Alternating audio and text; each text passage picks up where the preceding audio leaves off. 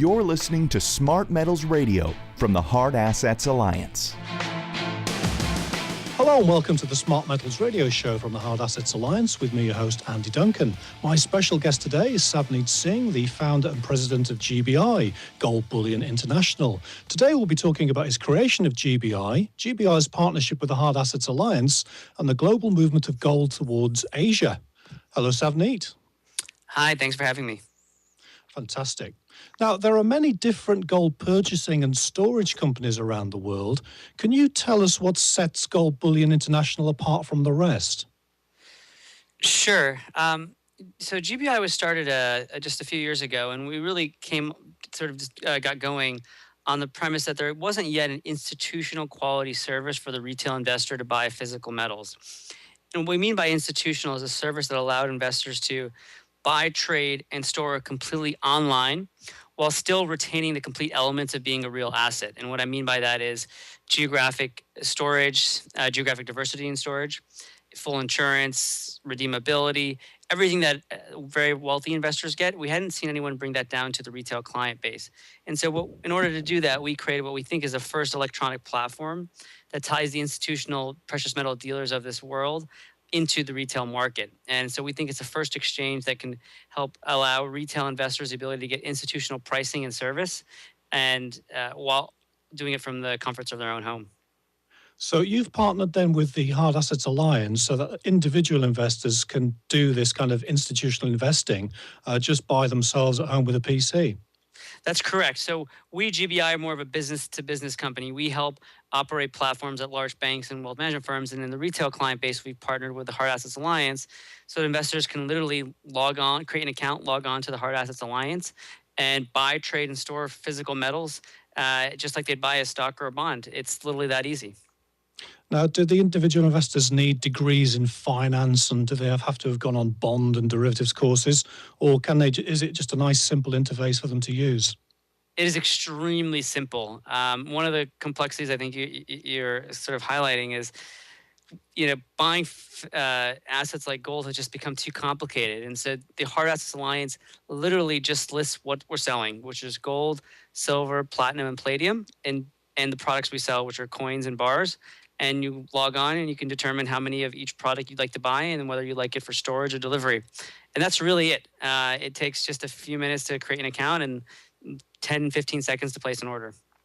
That's fantastic. Now, I've read your resume and it looks brilliant. So why did you decide to start GBI in a crowded marketplace of precious metals rather than go into something a bit more esoteric like a nanotechnology or Bitcoin or something else?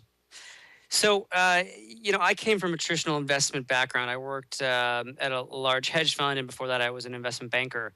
And I fell into the gold market a little bit circuitously, but in reality I was a client trying to buy physical gold. And myself, along with a couple original partners, discovered that while, like you mentioned, it is a crowded market, there are lots of retail players who sell gold online, and there's lots of retail stores. There's no place that does it in a really safe institutional manner. I don't feel comfortable sending my money online to an entity that looks like a retail website. I wanted to be able to go to my bank or my broker or go to a website like the Hard Assets Alliance, open an account, wire funds, and go through the processes that I've accustomed to doing with my banking, but yet still retain all the elements of being a hard asset. And when we saw that hole in the market, we thought it was much bigger than other markets we were exploring at the time, and we really didn't think it was crowded. We just don't think that. We think part of the reason that physical gold and silver has not really been adopted outside of Asian countries, to be honest, or developing markets, is because access was still quite limited. If you really, really wanted it, you'd go to the retail store or you'd go find your online website. But for most people, access was still quite cumbersome, and our goal was to make that very, very easy, and most importantly, make it very cheap. And how's the partnership going with the Hard Assets Alliance? Is it working well for you? It's been fantastic. HAA is an excellent partner for us. They've done a great job educating customers on what the differences between products, metals, and offerings are. And we've yet to have any issues. It's really been fantastic. Now, moving on to a kind of more global arena, one thing we have seen in the kind of gold and precious metals space has been less purchases in North America and Europe, and more purchasing in Asia, particularly India and China. Do you see this process continuing? And if it is going to continue, what kind of long-term effects do you think there's going to be with precious metals moving from the kind of North America, Europe space to the Asian space?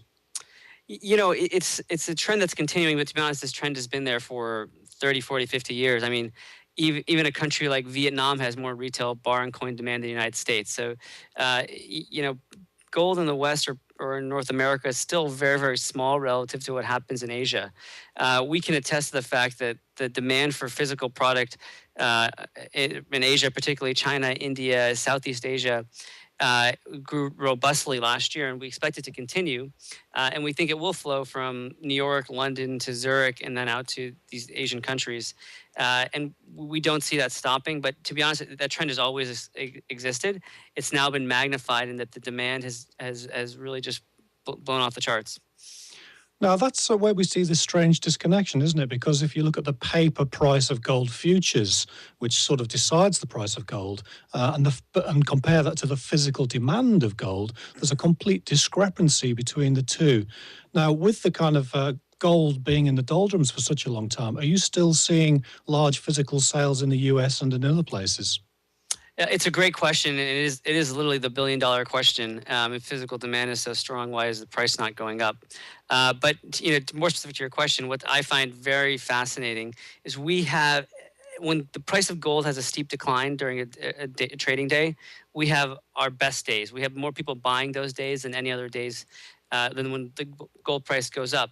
And what you're finding is, as you've had this price decline, physical buyers have actually increased. Our business is up this year versus last year. And I wouldn't be surprised if that's how most physical players are. And I think what we're finding is that the people who buy physical gold are a fundamentally different set of investors than those that buy futures contracts that seem to set the price. Now, because you've got this institutional kind of look and feel with GBI, do the Hard Assets Alliance retail kind of investment customers, do they get the benefits of low kind of spot prices and so on? Absolutely. And so the way our model works is we've partnered with 15 of the largest precious metals dealers in the world. This is literally everyone from the big bullion banks to gold refiners to actual gold dealers. And when we get an order from the Hard Assets Alliance, or if we get it from a hedge fund or institution, those orders are all bid out to this market of 15 dealers, and whoever bids the best price gets that transaction. And so the retail clients gets the benefit of the collective buying power of GBI, but more importantly, the technology system where we're the only firms that integrate into all these firms to allow for a competitive bidding process. And this bidding process, we think, creates a great pricing power for our clients, and also transparency. And for those of our Hard Assets Alliance subscribers who'd like to find out more about GBI, where can they find out more about you on the internet? Sure. The GBI website is bullioninternational.com. But I'd encourage them to go to the hardassets.alliance.com, which has fantastic educational tools and webinars for clients. Okay. Thank you for your time today. Savneet Singh, founder and president of GBI. Thank you. Subscribe to the Smart Metals Radio Show on iTunes. You can also visit us online at hardassets.alliance.com/radio, where you can subscribe to our free mailing list and receive our podcasts in real time and our free Smart Metals newsletter. Find us on Twitter at Smart Metals Trade, like us on Facebook, or subscribe to our YouTube channel, Hard Assets Alliance. For anyone who wants to set up an account with the Hard Assets Alliance, as a special offer, we shall be waiving opening and setting up fees. Just visit hardassets.alliance.com. Listeners who'd like to speak to a live rep to walk through the registration process can call 1-877-727-7387. That's 1-877-727-7387. I'd like to thank GBI Savneet Singh for joining us on today's program, and I'd like to thank you very much for listening. Until next time, goodbye.